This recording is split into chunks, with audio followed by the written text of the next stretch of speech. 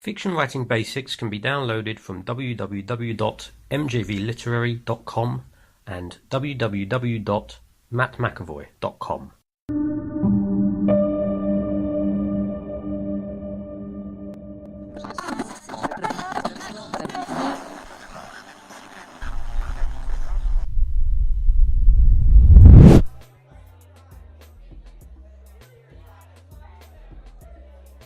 Characters are one of the most important elements of any fiction.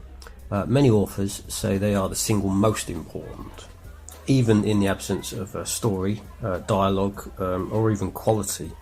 A lot of authors are well known for creating books which are entirely character-based, as are most TV dramas. Even if your book is not one that you intend to be character-based, because, for example, you feel it focuses more on action, you really can't, in the opinion of many people, myself included, consider yourself to be a complete writer of fiction if you are unable to develop characters. It's widely felt that a failure to develop your characters, or at least your main character, can leave your reader feeling completely let down, and at times even alienated from the book's events. So as this particular lesson goes on, I'm going to give you bullet point rules of character development, which are also listed in the course notes. And here's your first rule. Always develop a familiar protagonist. As you'll know, of course, the protagonist is the main character, most commonly the hero. The reader must be able to, at the very least, relate to the main character, preferably even find them endearing, though this is actually not so important, which I'll come to later. But if you want adverse, threatening or dramatic events in your book to have any degree of impact upon the reader, they must be emotionally invested in the protagonist. Now you do need to do this quickly, preferably by the end of Act 1. If you fail to do this, your reader will be little more active than simply skimming half-heartedly through the book's events. If you're writing short stories, and on very rare occasions novels, you may choose to create the book entirely around a single character. Examples of this may be The Martian, I Am Legend, or pretty much anything by Dostoevsky, who was a genius at character development. Of course, in all the examples I've just given, emotional investment in a character is crucial. But if, as is more likely the case, you choose not to feature one single character, then the other characters in the book are generally expected to meet certain criteria. And this is rule 2. All of the characters need to be credible, because if your characters aren't credible, then your book isn't credible. Sure, you might be creating sci-fi or fantasy, writing about monsters or even superheroes, but even then, there needs to be at least a vague plausibility in why they have certain powers. Superman, for example, he comes from a planet where gravity is incredibly dense, so is not affected by Earth's, which makes him able to lift anything and to fly. In The Walking Dead, the graphic novels, the zombies were created by a virus which kills all parts of the brain, whilst charging a tiny part of the reptilian brain, which resurrects, leaving them with no physical feeling or characteristic other than the desire to feed. It can be as tenuous as you like, but it still needs to maintain some semblance of plausibility in its explanation of the context. Books about gods and titans are easy to invest in because they are accepted in the context of being from another world or another dimension. And here is the key word, context. Even if we bring it far more down to earth, even to the most basic and gritty of drama, it is simply not credible to have characters acting out of context, which is why fantasy, sci-fi, etc. can work, but within their own context. And even within that context, the characters still need to behave credibly. Nothing will devalue your book faster than a character behaving in a completely unbelievable way. If you haven't already seen it, I implore you to watch This Is England, the series from Shane Meadows, who is second to none in screenwriting character development. I won't spoil it for those of you which haven't seen it, but the way Combo's character develops from the first movie right to his very final scene is a masterclass in character development and naturalistic behaviour. So to summarise, rule number 2, characters have to be credible, at least within the context of your book. I'll stay on this subject for a little bit longer because I want to mention 2 important points. Now, I like very much multi-layered characters, and I like ambiguity, as long as it's deliberate. So what do I mean by that? Well, quite simply, good, decent people don't always do good, decent things, and doing bad, evil things doesn't always make a character bad and evil. Good people do bad things and vice versa. Now, I like this. I like it a lot, in fact. There's nothing I like more than surprising a reader with the behaviour of a character.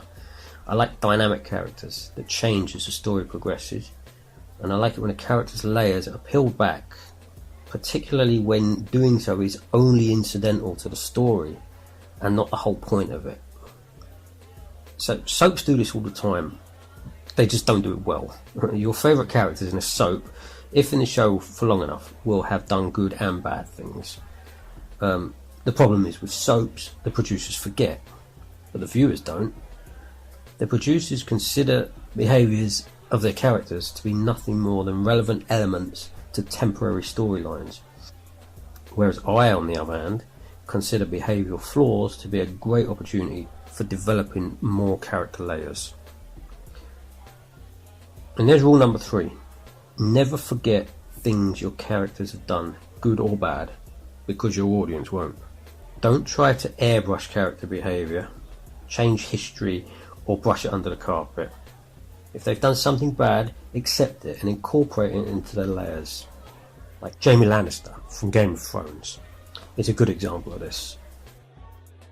The second point I wanted to make, before we move on from character credibility, is probably a slightly controversial one in this day and age, but I will say it quite openly. I'm not a fan of politically correct character casting.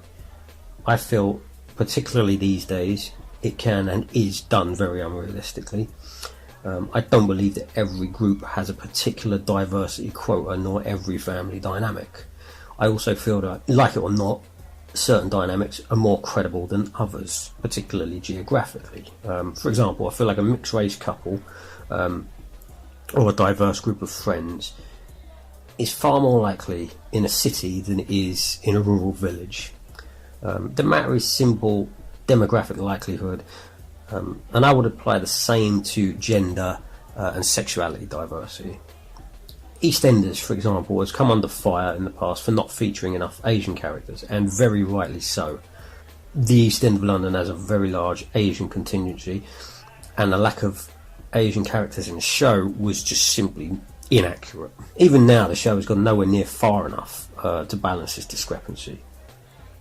So this example shows it's not about equality, it's not about diversity, political correctness, ethnicity, gender or race or any quotas. It should simply be about creating characters who are as believable and credible as possible. I'll move on now to the type of characters. Obviously, everything I've talked about so far in this lesson should apply to the protagonist, but if you have an antagonist, he or she should be equally affected by these rules. In some ways, the antagonist should be thought through even more deeply than the protagonist. And the main reason for this is that the antagonist is what we call a foil. A foil is a character which emphasises the main character by inversion. In other words, polarising them against each other. The antagonist may not be the only foil. There may be others. Friends or colleagues may exist in this book, and their purpose is only to highlight the characteristics of the protagonist. Think of it like a comedy double act. They usually feature a straight man and a funny man. The straight man's purpose is little more than to emphasise the funny man's comedy by inversion. And that's what a foil is for in fiction. But of course, in the case of the antagonist, he is much more than just a foil.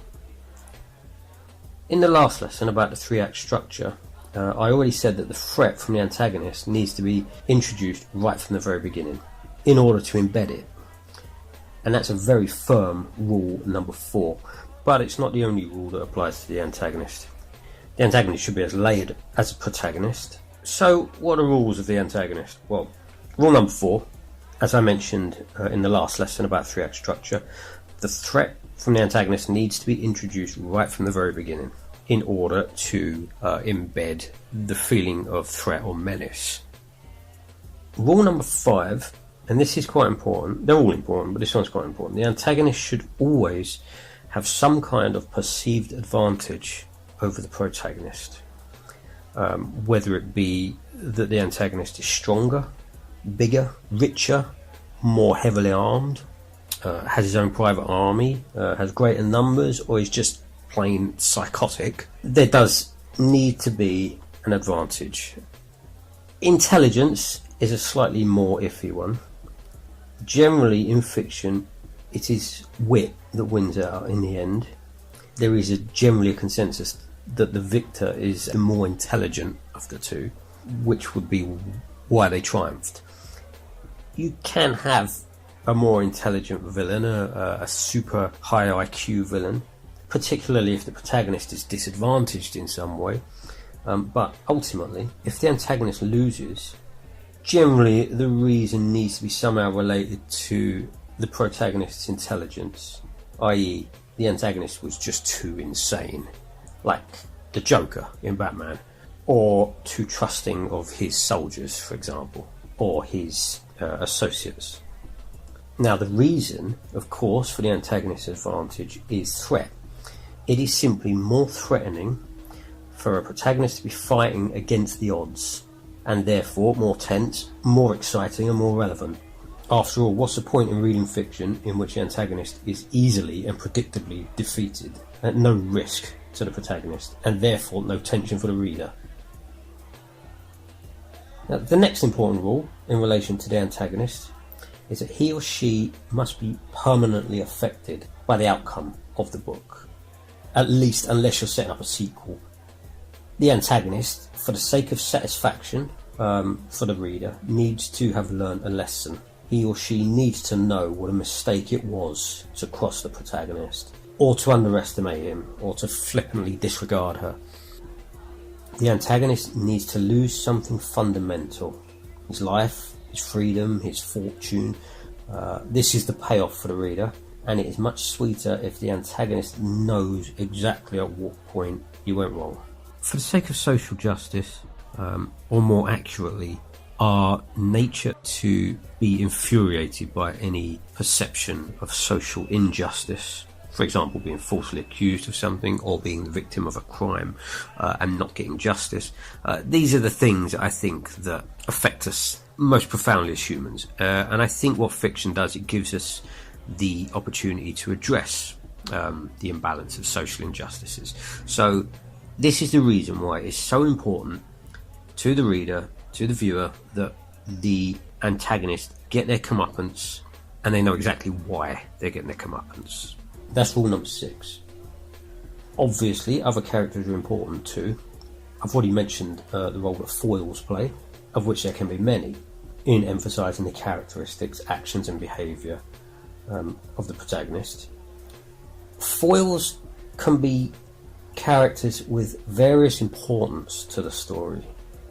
They could be friends, family, husbands, wives, police officers, psychologists, librarians. Their importance shouldn't be overlooked, but generally they are just still tools in the development of the main characters. They tend to be stock characters of the higher tier. Lower tier stock characters are usually pretty much peripheral. Their presence doesn't have a great impact on the story, nor are they really foils. They tend to be there more to just associate with the reader. They help create a society or a scene to which the reader can relate by familiarity. By familiarity, I don't necessarily mean real life familiarity, more a fictional expectation. And for this reason, lower tier stock characters tend to be stereotypical. It might be the overweight IT geek who still lives with his mum, or the office clown, or the high school jock, or the promiscuous and superficial beauty queen, the righteous priest, the drunk propping up the bar. All these people are stereotypical stock characters, and their purpose in fiction is to paint as naturalistic a world as possible, at least a fictional world. I suppose, in this respect, they collectively create a large-scale foil to polarise the extraordinary nature of the events which are occurring now, rather than simply emphasising individual characters. I do want to make a special mention to a character which is too often overlooked. Now, I call this character the Shocker. They've probably got a more formal name than that, but I like to think of them as Shockers. They tend to be characters who are neither the antagonist nor the protagonist. They're often somewhere in between. Unlike peripheral characters, who just appear and disappear without leaving much of a mark on things, the Shocker will appear at an unexpected time and change entire events. The character might appear midway through the book, or even closer to the end, but it will be far enough in that his or her impact will be a genuine shock to events in the story. It may be a character who has already been present throughout, but which suddenly reveals a different side to themselves and turn out to be a betrayer or a spy, or a completely different character to the one we thought they were. Or it could be an entirely new character who comes in and changes things, like a hitman or a bounty hunter. This character needs to fundamentally and totally unexpectedly change the outcome. Now, this is more difficult to do than it sounds. Often people think they're presenting something unexpected and are very far from doing so. But when it's done well, the effect of your fiction on the reader is something quite special.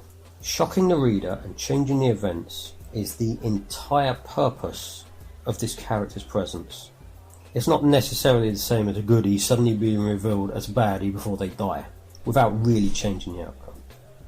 And more so, it is obvious the moment he appears that he's going to do this. A good tip for achieving this is to contextualise his appearance amongst events which are going to be relevant to the development of his character. So, for example, I'll return to This Is England, just because it makes my point so well. Again, I'll try not to spoil it. In the first TV series, 1986, there is a pretty horrific scene in which the antagonist is revealing his true brutality. Now, this scene is part of a montage which is intercut with images of a familiar character making a dramatic return. What this is doing is creating context. The viewer is left in little doubt that the returning character is going to be a shocker and is going to have a direct impact on the outcome of the scene it is being intercut with. In other words, there will be a response to the brutality, and whatever it is, the character who is now just appearing will be directly involved in it. Prior to this, the shocker character hadn't even made an appearance in the programme. Now, this all happens pretty much at exactly the series midway point, and you know immediately that this notifies the end of Act 2. And this is the point where introducing the shocker is most effective. Now, as far as character development goes, none of it is set in stone, with perhaps the exceptions of engaging your audience and providing credibility. You can develop your characters any way you like. But the more interesting, the more ambiguous and the more layered, the better, as far as I'm concerned. So I'll finish by recapping. I've identified the following 6 rules of character development. 1.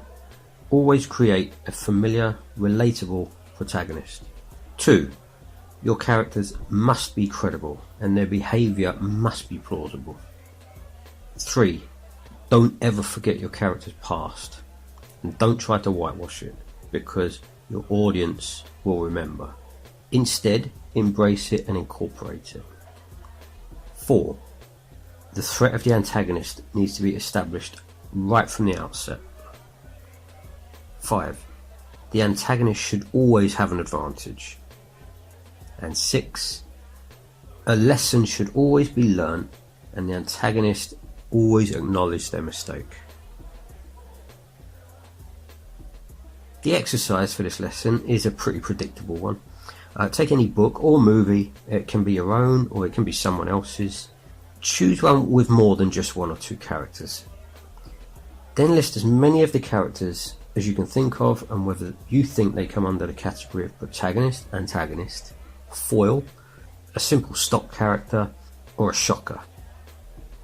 If you want me to assess this exercise for you, and you haven't upgraded, please do so. I would say, if you do, please choose a very well-known movie, because if I haven't read the book or seen the movie, then the chances are I'm going to need to assess your exercise.